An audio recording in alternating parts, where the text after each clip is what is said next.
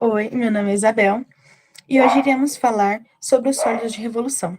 O nosso grupo é composto pela Isabela Alegre, por mim, Isabel, pela Ana Clara, pela Laís e pelo Pedro. Aqui estão alguns temas que iremos trabalhar: volumes por discos perpendiculares ao eixo X, volumes por arruelas perpendiculares ao eixo X, volumes por discos e arruelas perpendiculares ao eixo Y, alguns exercícios e aplicações práticas. Agora irei falar o que são os sólidos de revolução. Um sólido de revolução é um corpo gerado a partir da rotação de uma região plana em torno de uma reta no mesmo plano.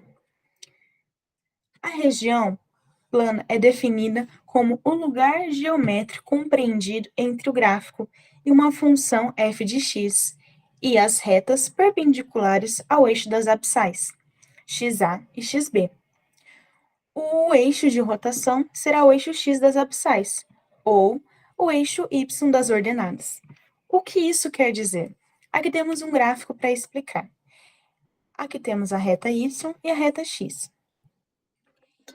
A função f de x se dá pelo desenho do gráfico, por todo esse entorno aqui.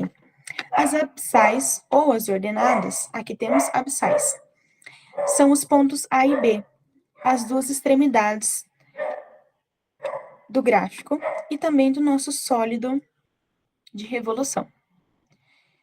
Aqui, como podemos observar, ao ser girado em torno da reta, temos o sólido de revolução, que temos aqui o raio dele, que depois iremos utilizar para fazer os cálculos das suas divisões dos círculos. Agora, eu irei falar sobre o volume por discos perpendiculares ao eixo X. Para calcular os volumes por discos perpendiculares, primeiro entendemos como ele é dividido.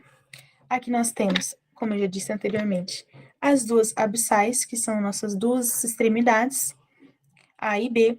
Nós temos a função f de x, que se dá pelo desenho do gráfico, e nós temos aqui, ao girarmos este gráfico, nós temos o desenho do nosso sólido de revolução e o seu raio. Para a primeira, a gente calcula a área do círculo, que se dá por πr ao quadrado, como temos aqui o raio e o π. Depois iremos calcular,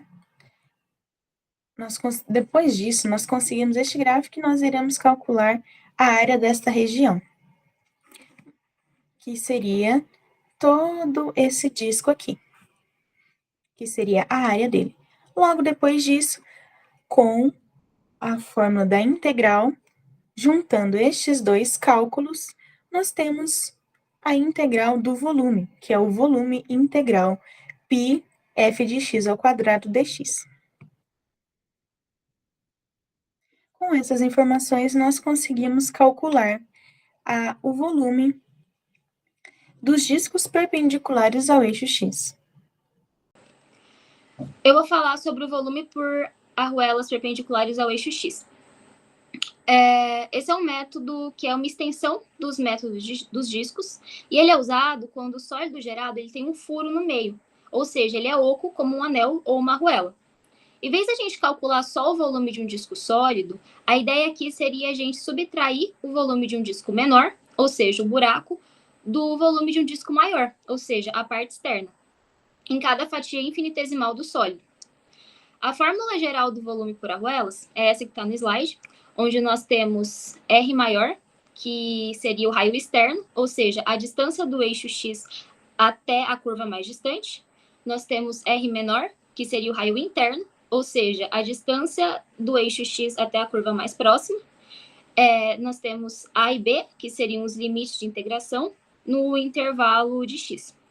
Também é válido ressaltar que π vezes R maior ao quadrado menos R menor ao quadrado representa a área da arruela em cada fatia infinitesimal. Para a gente conseguir visualizar melhor, tem um exemplo no slide, onde nós temos duas funções. A primeira função seria R maior, que é o raio externo, e é dada por 1 sobre 2 mais x quadrado. E R menor, que seria a segunda função, que é o raio interno, que é x. Também vamos supor um intervalo de 0 até 2, e com essas informações nós conseguimos substituir na fórmula e conseguir encontrar o valor dessa integral. É importante para a gente visualizar que quando a gente gira a região entre duas curvas, cada fatia perpendicular ao eixo x vira uma arruela, ou seja, um disco com um furo no meio. A diferença entre as áreas do círculo maior e menor nos dá a área dessa arruela, que somadas nos dá infinitamente todas essas arruelas ao longo de x, obtendo o volume total. Dessa forma, a gente também pode dizer que existem regras para utilizar o método das arruelas. As regras são as seguintes. Se a gente está girando uma única curva em torno do eixo x, a gente usa o método dos discos. Mas se a gente está girando uma região entre as curvas, a gente usa o método das arruelas, porque tem um espaço vazio no centro. Bom, eu me chamo Isabela, dando continuidade, vou falar um pouco sobre volumes por discos e arruelas perpendiculares no eixo Y. Bom, para calcular esse volume de um sólido de evolução por disco ou por arruela perpendicular no eixo Y, usamos um método que envolve a integração da área do disco ou da arruela ao longo do eixo Y. Bom, a área de cada disco ou arruela é um πr ao quadrado, onde o R é o raio do disco, ou um raio externo ou o raio externo da arruela, né? O raio, ele é uma função de y, e a integral é calculada de YA até YB, onde A e B são os limites de intervalo da integração do eixo Y. Tá, mas o que significa perpendicular ao eixo Y? Significa que ele está girando numa região do plano em torno do eixo Y vertical, formado num sólido de revolução, com um corte em fatias que são feitos perpendiculares ao eixo e eles aparecem com um disco ou uma arruela horizontal. Quando que a gente usa esse eixo Y? Ele pode ser usado ele pode ser um sólido gerado girando em eixo do torno de Y, em vez de ser em torno do X. Ele precisa ser ajustado à forma para ser utilizado. Nesses casos, a secção transversal são perpendiculares ao eixo Y e a variável de integração passa a ser Y e não X. Bom, vou falar um pouco dos métodos do disco. Se um sólido gerado for cheio, como uma bola ou um cilindro maciço, cada fatia será um disco. O volume é calculado pela soma do infinito do disco com a espessura do infinito decimal de dy. Bom, a gente utiliza essa fórmula aqui do disco e como que ela funciona? Ela é o R de Y, que é o raio do disco, que é dado uma função de x igual a f de y, onde os limites de integração de CD é o intervalo de y delimitada a região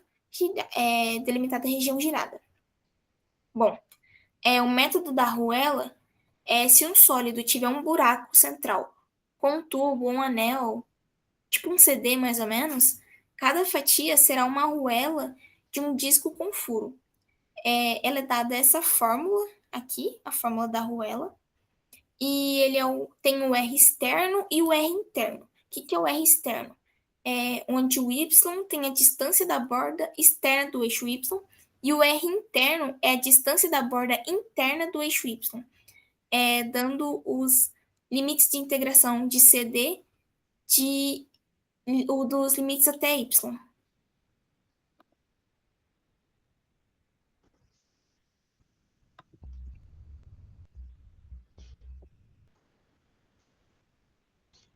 Bom, aqui é o Pedro, eu vou dar continuidade ao que a Isabela falou um pouquinho, né, apresentar alguns exercícios e como eles podem ser usados, né, na engenharia.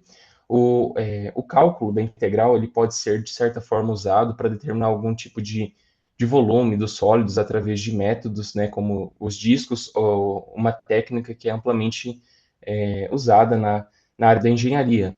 especialmente, por exemplo, nas áreas de mecânica, civil, a hidráulica, onde nós precisamos calcular volumes de peças, tanques, reservatórios e dutos, né, com alguns tipos de formas específicas. Esses cálculos, eles são, então, essenciais dessa forma de dimensionamento, né, fabricação e controle desses materiais. Um exemplo aqui que eu trouxe sobre o método de disco para vocês é o cálculo, né, do sólido obtido através dessa rotação da região delimitada pela curva y igual a x, raiz de x, no intervalo de 0 a 4, em torno do eixo x, como a Isabela falou para a gente, né? Ele é rotacionado diante de um eixo, no caso aqui nós vamos usar o eixo x. O passo a passo, como eu trouxe aqui para vocês ao lado, né, ele é uma fórmula padrão para o método dos discos, onde o volume ele é igual a π de uma integral delimitada, no caso aqui a b, né, de um limite, como na questão diz, de 0 a 4, a função, que no caso é a curva, né, raiz de x ao quadrado dx. Fazendo toda essa substituição, né, jogamos os valores na fórmula, resolvemos a integral e chegamos a um resultado aqui de 8π. Não é só 8π, né? É 8π unidades cúbicas. Eu trouxe aqui do lado também um gráfico, né, mostrando como que essa curva ficaria, né? Ela não é reta, ela é uma meio que curvada, ela fica de 0 a 4 desse jeito. Pode passar para frente. Eu trouxe também, jogando no GeoGebra, como que ficaria essa curva de 0 a 4 nessa delimitação, tanto para o eixo X quanto para o eixo Y, né? Como que ela se comporta nessas delimitações.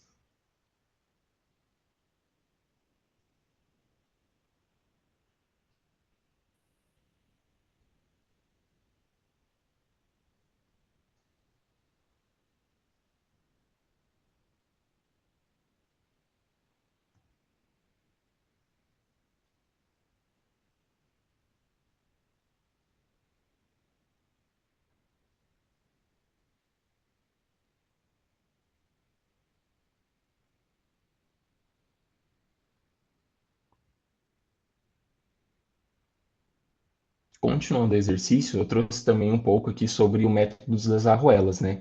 Onde nós temos que a fórmula da arruela ela é um pouco diferente, né, da anterior. Nós temos que a fórmula dela é o volume igual π a integral de uma delimitação de A a B. No caso aqui nós temos que é de 0 a 2. O Rão ao quadrado menos R ao quadrado dx. O R maior, ele é uma função que representa, né, a distância do eixo x até a curva superior, né, a parte de fora da região.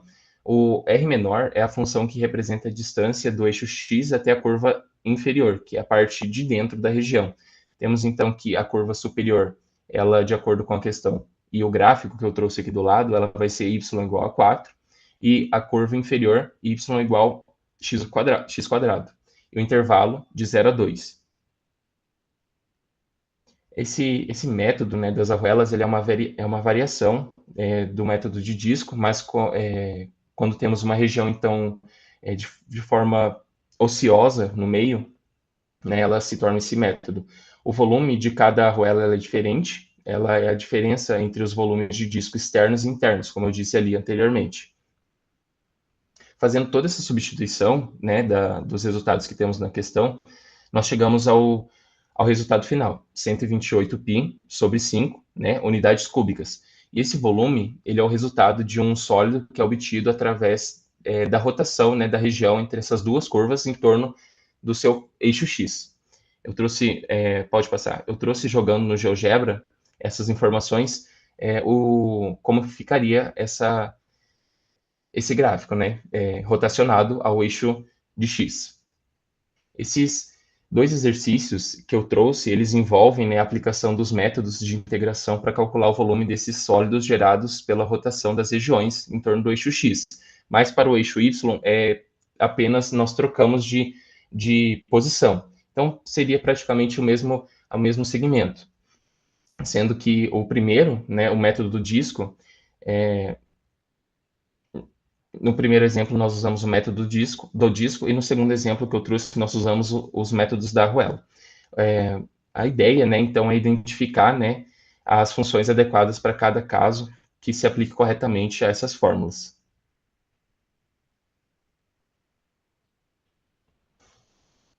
Pessoal, essa foi a nossa apresentação. Agradeço por vocês estarem aqui. Muito obrigado. Meu nome é Laís Harumi e eu vou falar sobre a aplicação prática do sólido de evolução na engenharia. Ele é dividido em 4 categorias principais. O primeiro é o componente mecânico, na qual peças como eixos, polias, mancais e rolamentos são feitas de peças em formatos simétricos e ao redor de um eixo, seguindo o princípio do sólido de evolução. Esse formato ajuda a manter o equilíbrio durante o movimento, evitando vibrações e também permitindo que as peças girem de forma precisa e segura.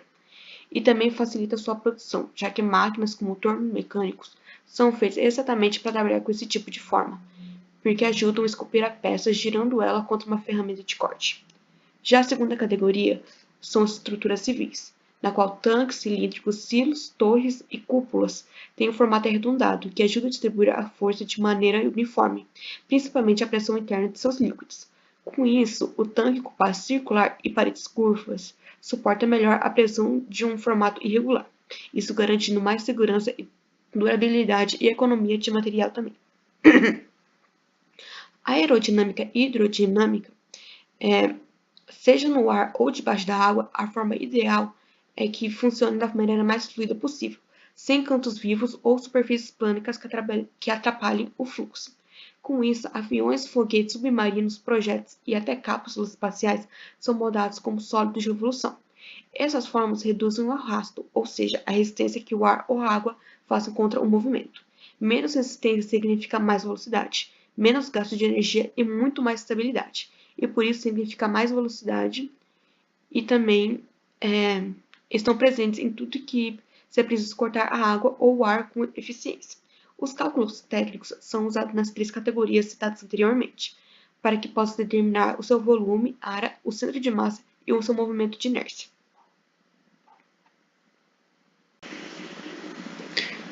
Aqui estão exemplos das categorias citadas anteriormente. O eixo de transmissão ele é um componente mecânico. Ele é um componente cilíndrico fundamental e que gira em torno do seu próprio eixo. Ele é responsável por transmitir torque entre diferentes partes de uma máquina. A fuselagem de aeronave ela funciona como se fosse um esqueleto da aeronave, tendo um formato arredondado, seguido pela sólido de revolução. E com isso, ele é essencial para reduzir o arrasto e garantir a estabilidade durante o voo. O tanque cilíndrico industrial ele é um reservatório com formato cilíndrico, utilizado para armazenar líquidos em indústrias e aproveitando a simetria para encher uniformemente durante a pressão interna.